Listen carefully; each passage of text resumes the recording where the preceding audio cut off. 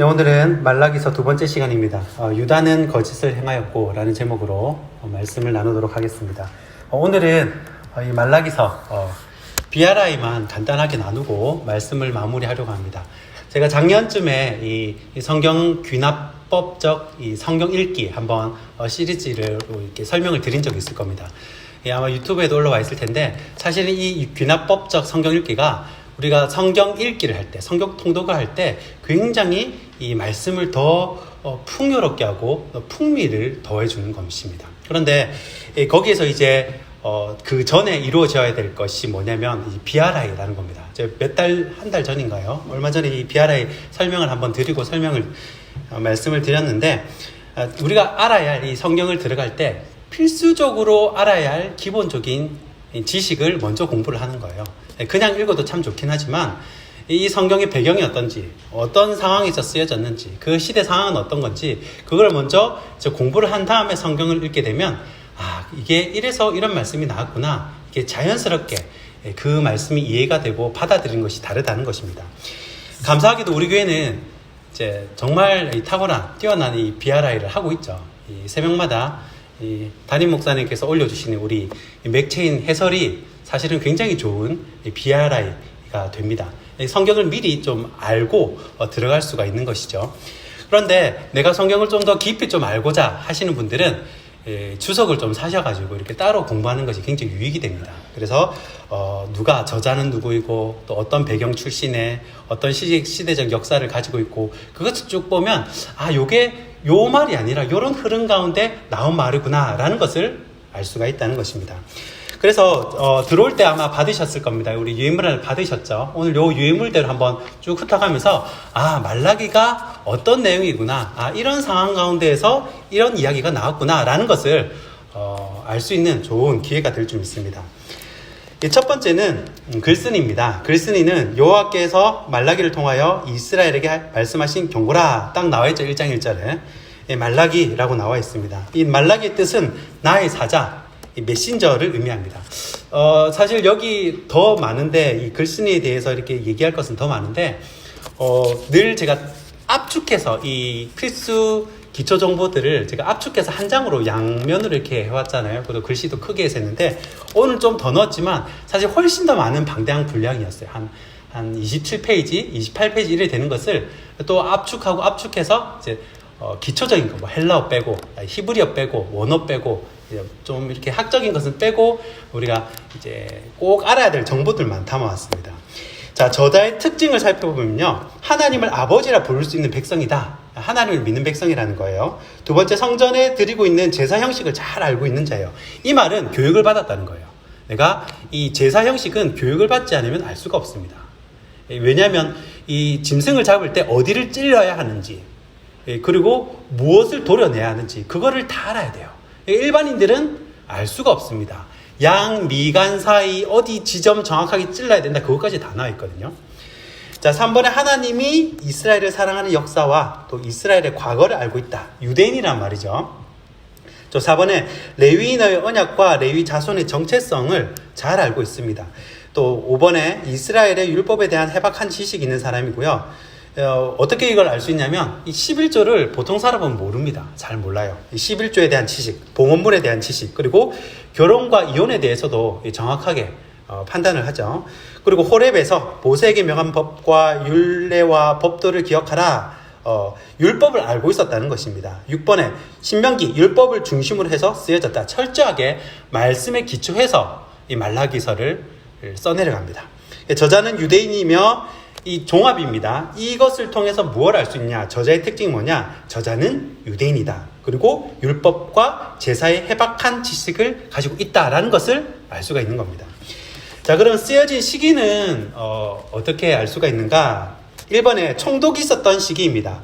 이 말라기 1장 8절에 보면 너희 총독에게 드려보라, 이렇게 이야기를 해요. 그 말은 앞에 이제 배경이 있겠죠. 그 다리 저는 것, 그다음에 눈 먼 것, 뭐 이런 드려서는 안 된 것들을 하나님께 와서 드리는 거예요. 하나님이 좀 마음이 상하신 거죠. 유통기한 지난 거, 뭐 이런 거 있잖아요. 막 오래된 뭐 고구마 이런 거 들고 와가지고 이제 먹으라고 주는 거예요. 그러면 이제 딱 너희가 이거를 총독한테 한번 드려보라. 뭐라고 말할까? 이 상황 가운데 이렇게 얘기를 한 겁니다. 자, 그 총독이 있었던 시기다. 그 다음에 이번에 제사장에 대한 언급. 자, 여호와의 이름을 멸시하는 제사장들아, 제사장을 돌직구 난리죠. 너희 제사장들아, 제사장의 입술은 뭐 쭉 나오다. 이게 뭐냐면 제사장이 있던 시기라는 거예요. 이제 신약이 아니라는 겁니다. 제사장이 있던 시기다. 3번에 성전 예배, 제사가 존재했다는 거예요. 성전 예배가 있었다는 거, 성전이 존재했다, 제사가 존재했다. 그런데 타락했다는 것이죠. 4번은 에스라에서 나타난 문제들과 일치합니다. 뒤쪽에 보시면 어떤 문제들이 있었냐면 조상의 가문과 선조가 이스라엘에 속하였는지 밝힐 수 없는 자. 이게 무슨 말일까요? 조상의 가문과 선조가 이스라엘에 속하였는지 밝힐 수 없는 자. 혼혈이라는 겁니다. 돌아왔더니 다 이방 결혼하고 혼혈이었다는 거예요. 족보가 섞였다는 거죠. 또 조상들 중에서 이방 여자와 결혼하고 그 이름을 따르는 자도 있음. 이스라엘 백성, 제사장, 레위 사람들이 가나안, 헷, 여부스, 암몬, 모압, 애굽, 아모리 사람들이 가증한 일을 행함. 자, 그들과 결혼하고 통혼을 했다는 거죠. 5번에 느헤미야의 관심과 일치를 합니다. 이 사회적으로도 그렇고 신앙적 문제도 그렇고요. 자, 이방인과의 결혼은 그만.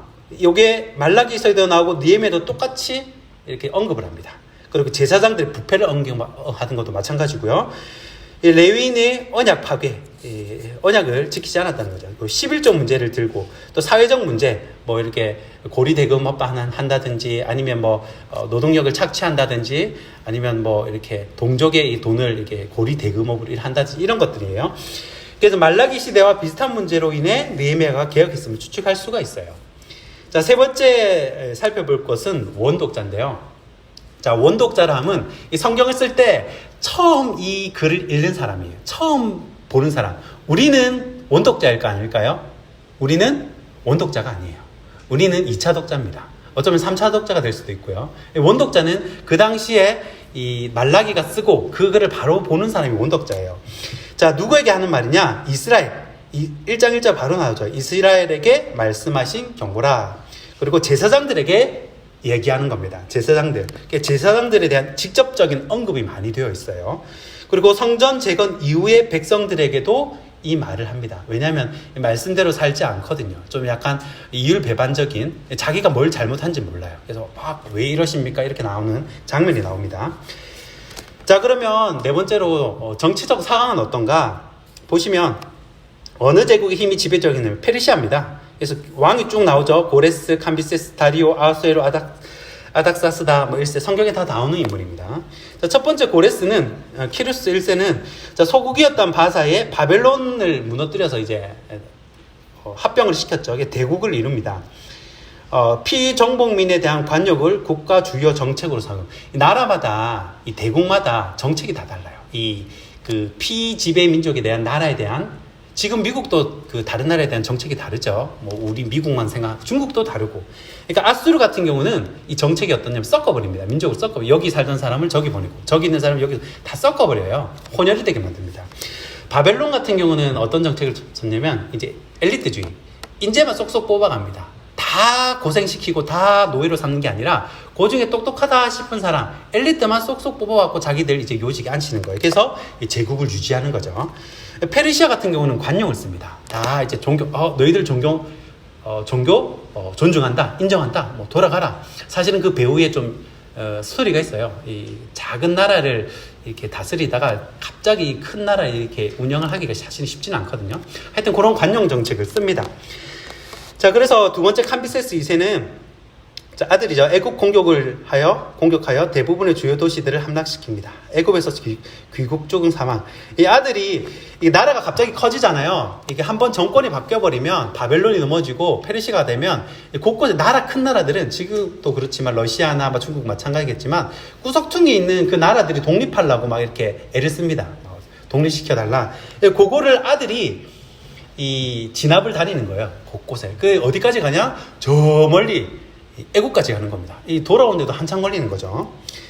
자, 돌아오다가 죽었는데 왜 죽었냐면 그 밑에 나오면 가오마타 있죠. 이 신하인데 좀 야욕을 품었습니다. 그래가지고 모략을 쓰는 거죠. 자기 동생이 이 캄비세스의 동생이 있어요. 그래서 그 동생이 왕을 좀 왕자리를 노린다 이래가지고 거짓 소문을 내고 돌아온 길에 암살하고 동생도 암살하고 자기가 이제 왕이 되겠다. 뭐 이런 좀 약간 야비한 그런 하여튼 신화였어요. 자, 스멜디스, 가오마타 딱 나오죠. 보시면 다음 페이지 보시면 캄비세스 2세의 애국 원족 동안 캄비세스 2세의 동생 스멜디스를 가장하여 왕위에 오릅니다. 근데 짧게 이거를 알죠? 이렇게 야비하게 해도 사실은 알 사람 압니다. 이게 다리오에 의해서 처단됩니다. 여기서 다리오는 다리오 장군이에요. 그 밑에 장군들이 딱 보고 있다가 저건 아닌데 하고 탁 처단을 합니다. 그리고 본인이 딱 왕이 됩니다. 자, 이 다리오가 왕이 되었는데 제국 전체에 2년 이상 있었던 폭동을 진압하고 왕이 됩니다. 뭐 장군 출신이니까 폭동 진압하는 데는 전문가겠죠. 자, 20명의 총독을 두는 등 제국 정비에 힘썼으며 큰 부흥을 이루어 왕 중의 왕이라고 불려집니다.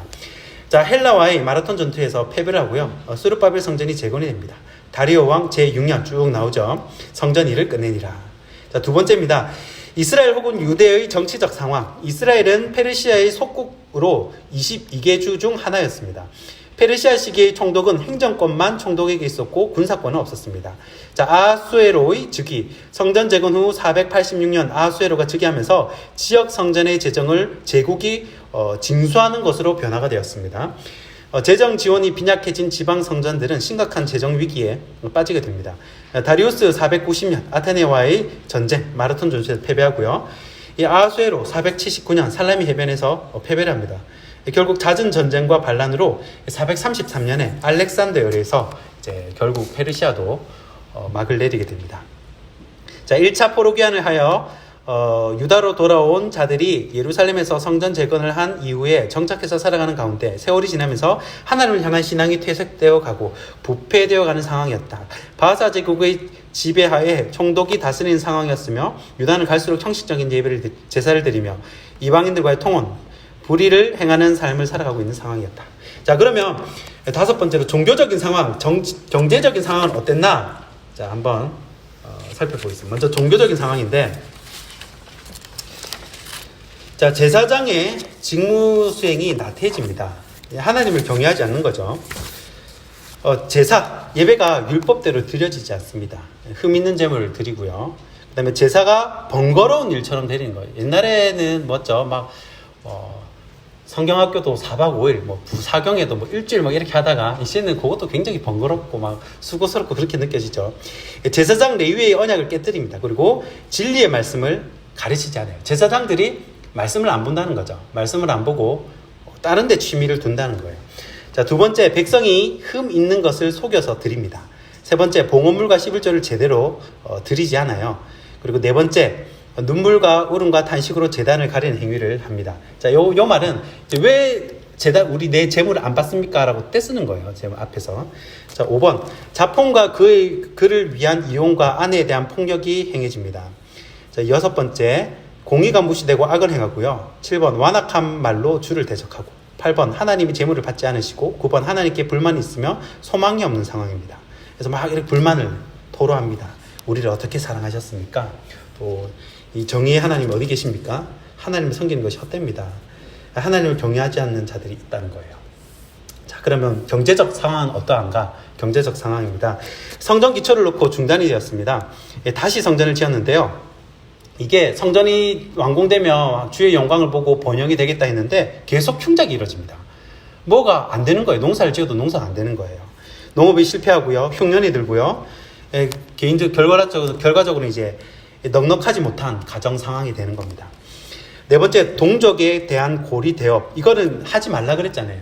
다시 동족에 대해서. 그런데 고리 대공업을 합니다. 자, 그리고 페르시아 세금과 총독의 횡포 심했고, 또 6번에 바벨론 수르바벨 건축 후 문제들이 나타납니다. 실직자들이 많아지고요. 또 세금을 충당하기 위해 힘 있는 자들은 고리로 힘없는 백성들의 돈을 착취합니다. 또 일반 백성은 극심한 경제난을 겪게 되고 자녀를 종으로 팔아넘깁니다. 하나님의 영광도, 메시아도, 하나님의 그 나라의 회복도, 또 부한 그런 상황도 어느 것도 이제 되지 않은 굉장히 실망적인 상태가 바로 이때다라는 것을 알 수가 있습니다.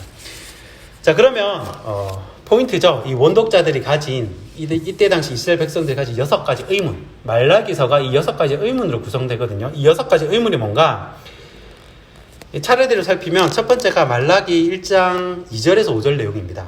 주께서 우리를 사랑하신다는 증거가 어디 있냐는 거예요. 왜냐하면 계속 흉년이 되잖아요. 뭐가 안 되고. 그러니까 하나님이 우리를 사랑하는 증거가 어디 있냐는 거예요.